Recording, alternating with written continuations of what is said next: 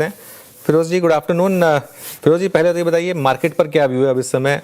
क्या हम एक ब्रेकआउट सेंस कर रहे हैं, क्योंकि बार बार ब्रेकआउट के करीब जाकर मार्केट रेंज में फंस जाता था अब तक। यस अनुज सर, ब्रेकआउट करने की फिराक में तो है, ऐसा लगता है। दो तीन कारण हैं इसके। अगर आप देखते हैं तो एफआई की शॉर्ट्स थोड़ी सी कम हुई हैं। अब 1486 पे शॉर्ट्स है इंडेक्स फ्यूचर्स में और 14 पे लॉन्ग है। वन सेकंड, अगर आप जुलाई के इनफ्लोज अभी तक प्रोविजनल मैं आपको बता देता हूँ, म्यूचुअल फंड के इनफ्लोज ऑफ कोर्स वो आने बाकी हैं, but I can tell you the estimate. खाली ईएलएसएस के अलावा बाकी सब कैटेगरी में, दो कैटेगरी में नेगेटिव है, बाकी सब जगह पॉजिटिव ही होने वाला है। So that's the second thing. Total inflow आपके शो पे बता देता हूँ, ऑफ कोर्स 5-7 दिन बचे हैं। टोटल इस महीने का, जुलाई का जो इनफ्लो है फंड्स का, वो आने वाला है 31,000 के करीबन करीबन net flow into equity. So I think net flows are positive. मैं ये डर रखता था कि भाई मार्केट जब ऊपर जाएगी वापस 24,500 के बाद, काफी सारे म्यूचुअल फंड इन्वेस्टर्स वेट करेंगे रिडेम्पशन करने का, वो होता नहीं दिख रहा है। ईएलएसएस एक कैटेगरी है जहां पे नेगेटिव है बस। Of course these are provisional numbers, हमारे एल्गोरिथम के हिसाब से कैलकुलेट हुए हैं। डिविडेंड यील्ड, वैल्यू फंड और इन ईएलएसएस में ही नेगेटिव है, बाकी हर जगह पॉजिटिव है। स्मॉल कैप में इनफ्लोज ऑलमोस्ट अबाउट 5,200 के आने वाले हैं और मिड कैप में भी करीबन करीबन उतने के आने वाले हैं। Second thing which I am saying is lot of liquidity, fund managers liquidity has not been tightened. 1,92,000 की करोड़ की कैश पोजीशन आज भी बरकरार है फंड मैनेजर्स के पास। इसको भी हम डेली बैकवर्ड कैलकुलेट करते हैं एल्गोरिथमिकली। वो कम हुई थी, 1,70,000 तक गई थी, वापस 1,94,000 जुलाई एंड का हमारा अनुमान है। So liquidity is abundant. Domestic guys have not finished their liquidity in spite of putting so much money in. FIIs positive होंगे, पहले जुलाई को भी मैंने 2-3 चैनलों पे कहा था, क्योंकि हमारी जो अगस्त की रीजिग है, एमएससीआई और की जो रीजिग है अगस्त मिड में जो आने वाली है, उससे हमें वेटेज बढ़ने वाला है। इसीलिए वो 1.8 ट्रिलियन में से थोड़ा इनफ्लो आने वाला है। तो ये फ्रंट रनिंग चली है जुलाई में ऑफ एमएससीआई रीजिग ऑफ अगस्त। नवंबर और अगस्त दोनों रिव्यूज में हमें पॉजिटिव इनफ्लो आने वाला है, बोथ एफटीएससी और एमएससीआई की जो इमर्जिंग मार्केट इंडेक्स है उसमें। So cash from FII will come, ये मैं जून एंड में बोला था। वो एमएससीआई के रिव्यू के आधार पे शॉर्ट्स कम हो रही हैं और डोमेस्टिक वाले के पास पैसा है। So of course there is a larger probability of a breakout. अच्छा फिरोज, नमस्कार, वीरेंद्र बोल रहा हूँ। फिरोज, एक बात करते हैं तमाम ब्रोकिंग कंपनियों के लिए भी, है ना, ये कैश का आना, आप लोगों की पहले दिन की रीडिंग क्या कह रही है? ठीक है, देखिए अभी हम बात कर रहे थे अनुज और मैं कि ऑप्शन प्रीमियम सिंक ही नहीं हो रहे हैं। माइट भी ये बहुत अर्ली स्टेज में हो रहा है तो वो हो सकता है, बट आपकी पहले अभी तक हर कोई तर्क ये दे रहा है कि जनाब ये पूरे हर जगह चलता है तो हमारे यहाँ भी चलेगा। मैं कैसे मैं नॉर्मल ट्रेडिंग कर रहा हूँ, मैं कैश के स्टॉक्स खरीद रहा हूँ, बेच रहा हूँ, मैं कैसे प्रेरित करूँ किसी को कि आइए आप कैश विंडो में पार्टिसिपेट किए टू डिस्कवर प्राइस? आपकी रीडिंग क्या कह रही है कैश को लेकर, और ये क्या प्रभाव डालेगी? ये प्रभाव देखिए, पहले तो मैं कोई भी अटेम्प्ट जो एक मार्केट को एफिशिएंसी देने की अटेम्प्ट होती है, उससे मैं बड़ा खुश होता हूं। रणनीति उसकी अलग चीज है, but intent is the more important thing, because अगर एक रणनीति नहीं चलती है तो रेगुलेटर ऑलवेज दूसरी वाली चला सकता है।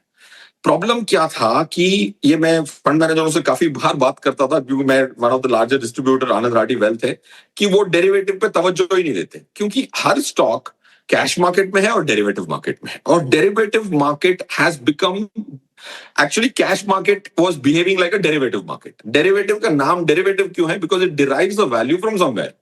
In fact, cash market was deriving value from derivatives.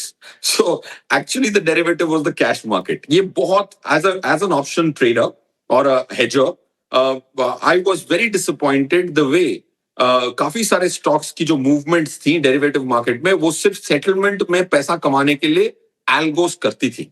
तो उसको रोकने की ये जो स्ट्रेटेजिक अटेम्प्ट है, I can't be happier about. क्या ये स्ट्रेटेजी चलेगी? Don't know yet. एंड जैसे आपने भी अनुज सर को सुन रहा था, मैं थोड़ा जल्दी लॉग इन करके कि भाई थोड़ा सेटल होने दो, समझो क्या मेथड्स हैं। So I am very happy about the attempt.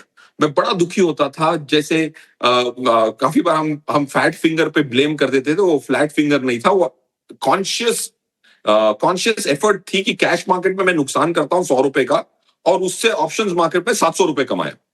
तो लोगों को लगता था भाई 100 रुपए गवाए क्यों, उन्होंने इंटेंशनली गवाए थे क्योंकि उसकी 600 करोड़ वहां मैं कमाने वाला हूं। ये देख के दुख होता था, but I think I am very happy about retail investors को प्रोटेक्ट करने का ये अटेम्प्ट है। माना कि टीडिंग इश्यूज है, if this doesn't work something else will. बिल्कुल, देखिए अब जो सिंपल कैश वाले शेयर्स हैं उनकी क्लोजिंग होगी 3:30 बजे। नॉन कैश वाले जो शेयर्स हैं यानी कि जो कैश स्टॉक्स हैं, ये भी थोड़ा कंफ्यूजिंग हो गया है।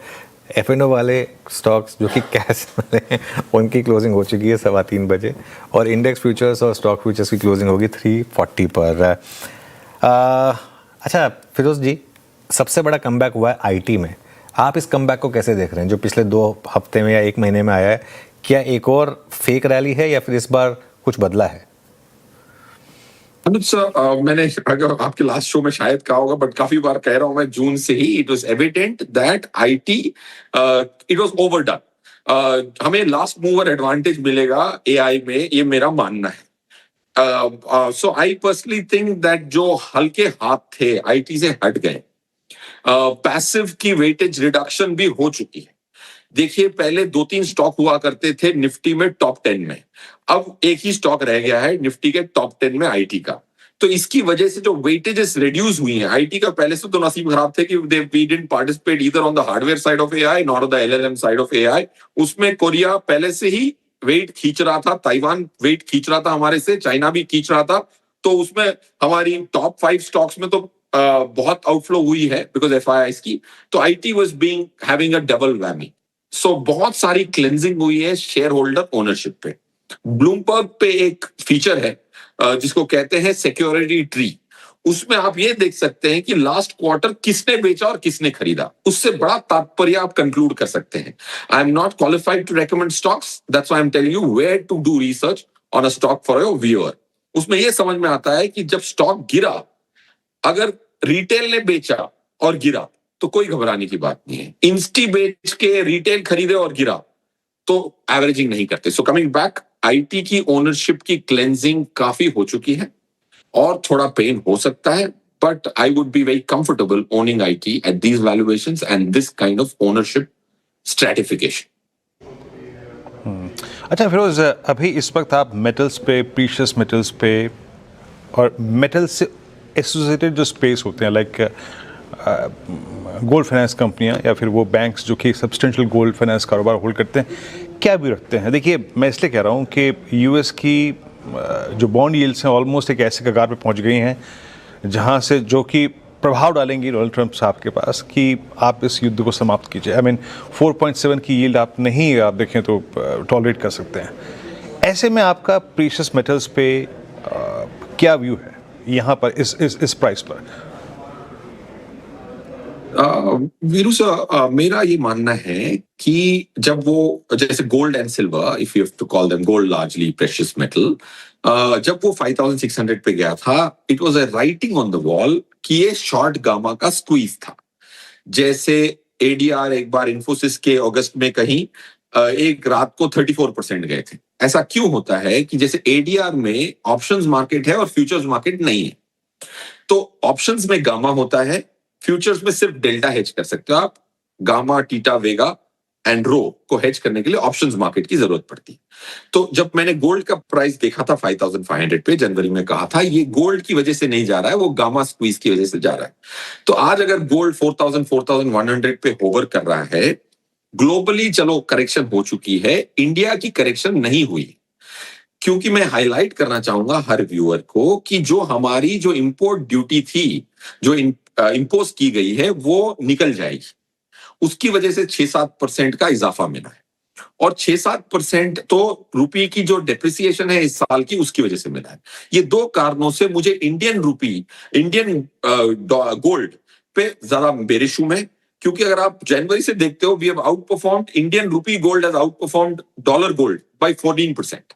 तो ये जो फ्रॉथी वैल्यूज हैं 1,41,500, वो उससे थोड़ा डर लगता है। रुपी की appreciation is also writing on the wall. जब 97 गया था, सब 100 की बात कर रहे थे। भाई अगर $40 बिलियन आएगा, $80 बिलियन आएगा और 65 बिलियन आपकी बैलेंस ऑफ पेमेंट है, तो जाहिर सी बात है depreciation becomes low probability unlike RBI wants it. So coming back to the yield question, yield curve finally India में फ्लैट नहीं रहा। 2 साल पहले फ्लैट हो गया था। ये 3 महीने का पेपर भी 6.6 था, 10 ईयर G-Sec 6.86 था। इंडिया ने कभी भी इतना फ्लैट यील्ड कर्व लास्ट 25-30 सालों में नहीं देखा था। अब फॉर्चुनेटली यील्ड कर्व बेटर हो गया है, तो बैंकिंग एंड फाइनेंशियल सर्विसेज के लिए अच्छा है, गोल्ड लोन कंपनीज के लिए भी अच्छा है। Flat yield curve was very detrimental for the financial services. Okay, चलिए फिरोज जी, बहुत बहुत शुक्रिया आज जुड़ने के लिए हमारे साथ और अपना समय रखने के लिए। आगे बढ़